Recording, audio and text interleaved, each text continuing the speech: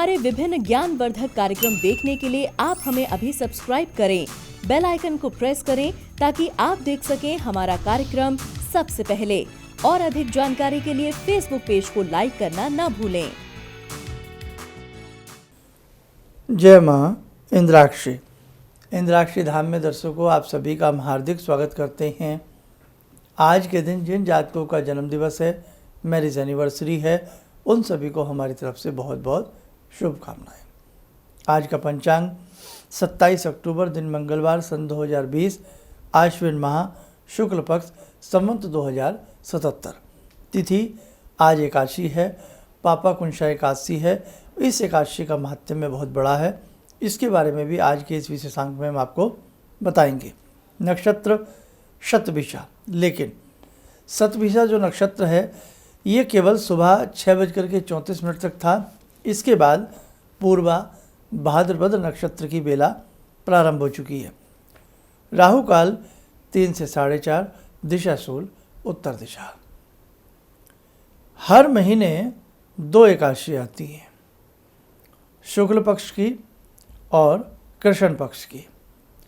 ये शुक्ल पक्ष की एकादशी है और इस एकादशी का जो महत्व है वो बहुत बड़ा है।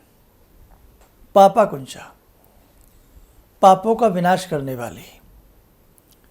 अब बहुत व्यक्ति सोचते हैं कि कैसे पापों का विनाश हो सकता है, कैसे भाग्य का उदय हो सकता है।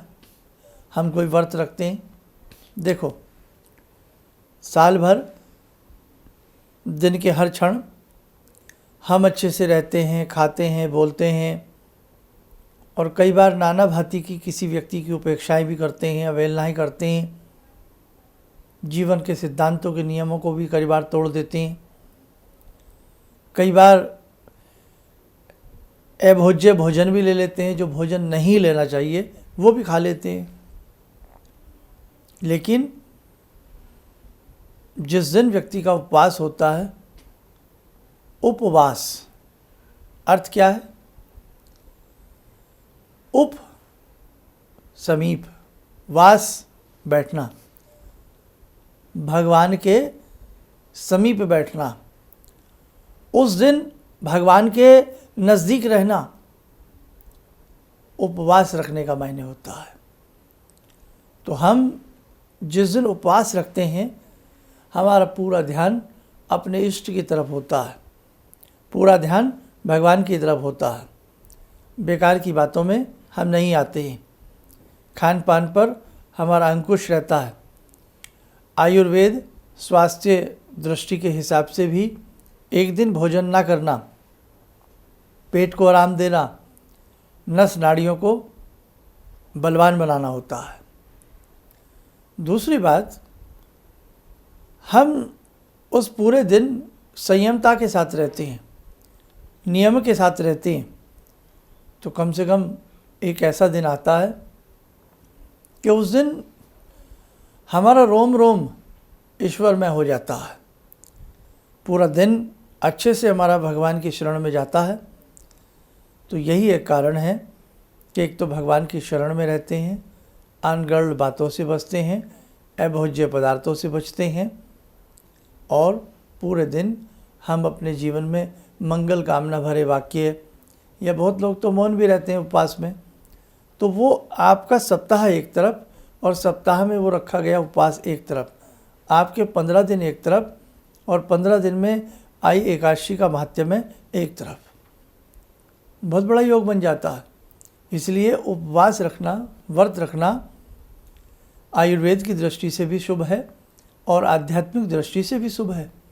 लेकिन एक बात आपको बताएं, बहुत ज़्यादा उपवास जो व्यक्ति रखते हैं, केवल उनकी मान्यता है कि हम भूखा मर कर के ही, भूखा रह कर के ही हम भगवान को पा सकते हैं और बाकी हम कुछ भी करें। तो ये धारणा भी गलत है। ये धारणा भी गलत है कि साहब ऐसा नहीं है कि हम भूख ऐसी जो हम आराम से सह सकें, जिसमें मानसिक स्थिति में कोई तड़फन ना हो। अब पता लगा कि साहब भूख लग रही है, दूसरों को खाता देख करके मन में अजीब सा हो रहा है, तो वहाँ फिर वो उपवास खंडित सा हो जाता है। इंद्रियों को जीत लें, मन पर विजय प्राप्त करें, भूख पर प्रेम से काबू पाएं और उपवास, भगवान के समीप, भगवान का सानिध्य उस दिन मन से प्रफुल्लता के साथ बना रहे, इसको हम उपवास की महिमा कहते हैं। अब भूख लग रही है, मन तड़फ रहा है, मन व्याकुल हो रहा है, बस किसी तरह शाम हो जाए, सूरज ढल जाए, हम व्रत खोल लें, नहीं साहब, वो नहीं। फिर ऐसा अपने आप को मत तड़पाइए, ऐसा अपने आप को मत सताइए। जब आप उस काबिल बन जाएं, कोशिश करें कि एक दिन 4 घंटे का मन में संकल्प लें, हम 4 घंटे कुछ नहीं खाएंगे, पानी लेंगे और कुछ नहीं लेंगे। तो ऐसे धीरे धीरे आप अपनी उस चीज़ को बढ़ा सकते हैं, पूरे दिन पे आ सकते हैं। मेरी बात को अन्यथा ना लीजिए, मैं बड़ा प्रैक्टिकल से आपको समझाने का हर बात को प्रयास करता हूँ। दूसरी बात, जिस दिन आपका उपवास हो उस दिन जल की मात्रा लेनी चाहिए। ऐसा भी नहीं हो कि उपवास है और आप सोच रहे मैं जल भी नहीं पीऊँगा। हाँ, जो निर्जला एकादशी का व्रत रखते हैं वो बात अलग है, लेकिन जब आपका उपवास हो तो उसमें अगर आप पी सकते हैं तो जल की मात्रा, लिक्विड की मात्रा, जूस ले सकते हैं आप, जूस पी सकते हैं आप, तो लिक्विड की मात्रा, नारियल का पानी पी सकते हैं आप, तो लिक्विड की मात्रा उपवास में ज़्यादा लेनी चाहिए। इससे हमारी शारीरिक जो क्षमता है उस पर कोई फ़र्क नहीं पड़ता है, वो बढ़ती है और हम हष्ट-पुष्ट भी बने रहते हैं। दोनों तरह के लोग होते हैं संसार में, कुछ शारीरिक फिजिकल कमज़ोर भी होते हैं, ऐसा नहीं है। मन होता है कि उपवास रखें, तो उन सब के लिए नारियल का पानी लेना, दिन में जूस लेना बिना नमक के बहुत अच्छा रहता है। ठीक है, अब आगे बढ़ते हैं। ये एकादशी पापों का विनाश करती है। इस एकादशी में भगवान विष्णु का जो ध्यान करता है, भगवान विष्णु का स्मरण करता है, हरि चिंतन में ही जिसका रात और दिन 24 पहर व्यतीत होते हैं, 24 घंटे व्यतीत होते हैं, पहर कह रहे हैं, तो ऐसे व्यक्ति को भगवान की अनुकंपा, भगवान की कृपा ज़रूर प्राप्त होती है। पाप करने से हमें मोक्ष नहीं मिलता, पाप करने से हमारी दुर्गति होती है, और पुण्य करने से हमें मोक्ष की प्राप्ति भी होती है, स्वर्ग की प्राप्ति भी होती है। और जो व्यक्ति जीवन में आनंदित रहता है, हष्ट-पुष्ट रहता है, जिसके घर में पशु दूध देते हैं, जिसके खेतों में, खलिहानों में फसल लहराती है, जिसके वृक्षों पर फल लदते हैं, जिसकी संतान आज्ञाकारी होती है, जिसके घर में सुख समृद्धि सदैव बनी रहती है, जिसके घर में तिनका मात्र भी कलेश नहीं होता, वो घर स्वर्ग से कम नहीं होता। स्वर्ग क्या है? स्वर्ग देखा किसने? ऐसे तो कोई है ही नहीं कि कोई कहे मैं स्वर्ग में 4 दिन रह के आया हूँ। तो ये तो भाई स्वर्ग नरक तो मरने के बाद ही हमें पता लगता है, लेकिन जीते जी भी स्वर्ग होता है, जीते जी भी नरक होता है। ऐसे भी बहुत व्यक्ति हैं जो बड़ा नारकीय जीवन गुजार रहे हैं, बड़ी नरक वाली स्थिति में जीवन जी रहे हैं। तो स्वर्ग नरक यहीं हमें जन्नत और दोजख दोनों चीज़ें भोगनी पड़ जाती हैं। आज के दिन भगवान हरि का स्मरण ज़्यादा से ज़्यादा करिए, गौ सेवा करिए, पक्षियों को अनाज दाना जरूर डालिएगा, फल बांटिएगा, जितने उपकार के कार्य, जितने अच्छे कार्य, सद्कार्य आपसे हो सके करिए। आज के दिन सदचिंतन करना, स्वाध्याय करना, अच्छी शिक्षा देना, ये भी पुण्य में शामिल होता। तो सारी बातें ध्यान रखें। हम अक्सर कहते हैं आपके घर में कोई दादी, नानी, काकी, ताई, झाई, कोई भी आपके घर में आई, कोई भी आपके घर में अगर एकादशी का व्रत रखती है या रखते हैं, सपोर्ट करिए। उपहास वाले व्यक्ति का मजाक नहीं बनाना चाहिए। बहुत लोग मजाक बनाते रहते हैं कि ये तो पंडितानी जी हो गई हैं, ये तो बड़े उपवास रखने लगी हैं। तो नहीं साहब, उपवास मत बनाइए, उनकी श्रद्धा है, उनकी मान्यता है, उनकी मान्यता के साथ उनको जीने दीजिए। वो हम आज़ादवासी हैं, तो उनको जैसा मन करे वैसे करने दीजिए। वो बेचारी उपवास ही तो रख रही हैं, वो बेचारे उपवास ही तो रख रहे हैं, वो कोई गलत कार्य थोड़ी कर रहे हैं। इसलिए हमें सोचना चाहिए अपने शब्दों को बोलते समय। तो सारी बातें आप लोग ध्यान रखें।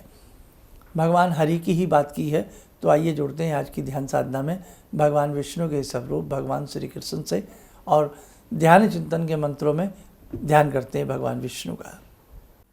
ॐ करारविन्दे न पदारविन्दं मुखारविन्दे विनिवेशयन्तं वटस्य पत्रस्य पुटे शयनं बालामुकुन्दं मनसा स्मरामि बालामुकुन्दं मनसा स्मरामि कस्तूरीतिलकं ललाटपटले वक्षस्थले कौस्तुभं नासाग्रे वरमौक्तिकं करतले वेणुकरे कङ्कणं सर्वाङ्गे हरिचन्दनं सुललितं कंठे च मुक्तावले गोपास्ति परिवेष्टितो विजयते गोपालचूडामणि शान्ताकारं भुजगशयनं पद्मनाभं सुरेशं विश्वाधारं गगनसदृशं मेघवर्णं शुभांगं लक्ष्मीकान्तं कमलनयनं योगवृद्ध्यानगम्यं वन्दे विष्णुं भवभयहरं सर्वलोकैकनाथम्। कवच बना लें, ध्यान करें, भगवान विष्णु का आशीर्वाद हम सबके ऊपर बरस रहा है।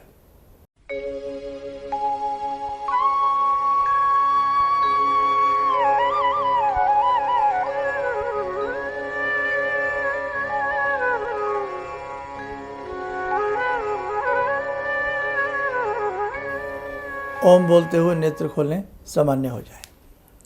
देखो दर्शकों, जीवन में पाप करने के हज़ारों रास्ते हैं और मौके हैं। पुण्य कमाने की घड़ी कभी कभी प्राप्त होती है, इसलिए जीवन में जहाँ से भी कोई पुण्य मिल सके उसे अपने संचय कोष में संचय करते रहना चाहिए। और बहुत लोगों ने नवरात्र बहुत अच्छे से रखे। बहुत लोगों ने कहा घड़े का पानी सूख गया, बहुत लोगों ने कहा नारियल खराब हो गया। चिंता न करें, भक्त वत्सला आपसे प्रसन्न हैं, ऐसा हो जाता है। हम घर में कोई सब्जी लाते हैं, आलू, चुकंदर, मूली, गाजर कुछ भी लाते हैं, खीरा लाते हैं, पपीता लाते हैं, खरबूजा लाते हैं, वो भी तो ख़राब निकल जाता है। तो ऐसे ही नारियल की कई बार अंदर से किस्म ख़राब होती है, वो ख़राब हो जाता है, ख़राब निकल जाता है। वहम न करें, आपने अच्छा कार्य किया है, चिंता मत करें। दूसरी बात, घड़े का पानी सूख जाना, इसके कई कारण हैं। अगर जो लोग मिट्टी का नया घड़ा लगाते हैं तो वो अच्छे से उसे साफ़ नहीं करते। जब भी आगे से मिट्टी का नया घड़ा लगाएं, उसमें आधे घंटे के लिए पानी भर के छोड़ दें, फिर अच्छे से धो करके फिर उसमें हम पानी भरें। नहीं तो मिट्टी पानी सूखती है। आपने भी देखा ना, मिट्टी में 2-4-10 बूंदे डालिए, जो जितनी सूखी मिट्टी होगी पानी पी जाएगी। तो वो जो आपका नया घड़ा है ना, उसकी मिट्टी पानी पी गई है और आपको वहम हो गया कि हाय राम, अब क्या होगा। नहीं, आप बहुत जल्दी डर जाते हैं। आप डरा ना करें, भगवान पे विश्वास करा करें। वो ऐसे नहीं है कि आपके पानी सूखने से आपसे नाराज़ हो जाएंगे। नहीं, ये कई बार हमसे गलती हो जाती है, इसलिए कोई ऐसा वहम नहीं है। अगले साल से जब करें, अच्छे से करें, उसमें थोड़ी देर पानी भर के छोड़ दें ताकि मिट्टी पानी पी ले। उसके बाद फिर उसे धो करके फिर पूजा वाला जल भर के उसमें आप रखिएगा। सभी के लिए बहुत बहुत शुभकामनाएं आज एकादशी के पर्व पर। और बहुत अच्छे से आपने नवरात्र किए, दशहरा किया, सब कुछ किया। आगे और बड़े बड़े तीज त्यौहार हम लोगों के आ रहे हैं। ऐसे ही प्रयास रखूँगा कि आपके संग जुड़ा रहूँ और आपसे भी प्रेम चाहता हूँ कि आप भी मुझसे ऐसे ही मेरे साथ जुड़े रहें, ताकि हम लोग मिलजुल करके बहुत पुण्य कमाते रहें, है ना भाई। ये तो एक जितना खजाना है, पुण्य का खजाना तो जितना भर जाए उतना अच्छा होता है। अभी व्यक्तिगत रूप से हम नहीं मिल रहे हैं, अभी केवल हम टेलीफोनिक अपॉइंटमेंट से ही परामर्श दे रहे हैं। तो चाहे आप देश में रहते हैं या कहीं विदेश में दूर दराज रहते हैं, तो आप इससे कोई भी परामर्श चाहते हैं तो आप हमारे संस्थान में संपर्क कर सकते हैं। इन्हीं शब्दों के साथ हम अपनी वाणी को विराम देते हैं। जय महेंद्राक्षी। ज़िंदगी के इस प्रवाह में तमाम लोग डिप्रेशन के इस हालात से गुज़र रहे हैं। सफलता असफलता अपनी जगह की बात है, लेकिन पता नहीं कितने सारे लोगों को इन्होंने डिप्रेशन से उबारा है, नया मोटिवेशन दिया है काम का। इनका जो एक अनुभव था कि एक मेरी बातें इनसे लगातार कभी कभार हो जाया करती हैं, एक दिन मेरी बात हो रही थी, अचानक इन्होंने प्रश्न किया कि क्या आपके यहाँ कौवे आ रहे हैं। मैं बहुत तेज चौंका। करीब 4-5 दिनों से कौवों का झुंड मेरे घर पे मंडरा था। तो मैं यही सोचने परेशान था, ये शुभ है अशुभ है, क्या चीज़ है। तो मैंने प्रश्न किया कि क्या मैंने आपको बताया कि मेरे घर में कौवे आ रहे हैं। कहने नहीं, मुझको दिखाई पड़ रहा है। तो कुछ तो अलौकिक है इनमें। दूसरा क्या, जो इनका उद्देश्य है, जब महाकुंभ में आए थे, मेरी इनसे वार्ता हुई तो मैंने इनका उद्देश्य जानना चाहा कि किस उद्देश्य के लिए आप काम कर रहे हैं। तो जो उद्देश्य उन्होंने मुझको बताया, मैं मन से इनके उद्देश्य के साथ जुड़ गया। इनके साथ तो जुड़ा था ही, अब इनके उद्देश्य के साथ भी हूँ मैं। किसी भी समस्या के समाधान के लिए मिले प्रसिद्ध हस्तरेखा एवं वास्तु विशेषज्ञ प्रोफेसर धर्मेंद्र शर्मा जी से। नोट: शिविर में भाग लेने हेतु एवं व्यक्तिगत रूप से मिलने के लिए कॉल करने का समय सुबह 10 बजे से शाम 6 बजे तक। हमारे विभिन्न ज्ञानवर्धक कार्यक्रम देखने के लिए आप हमें अभी सब्सक्राइब करें, बेल आइकन को प्रेस करें ताकि आप देख सकें हमारा कार्यक्रम सबसे पहले। और अधिक जानकारी के लिए फेसबुक पेज को लाइक करना न भूलें।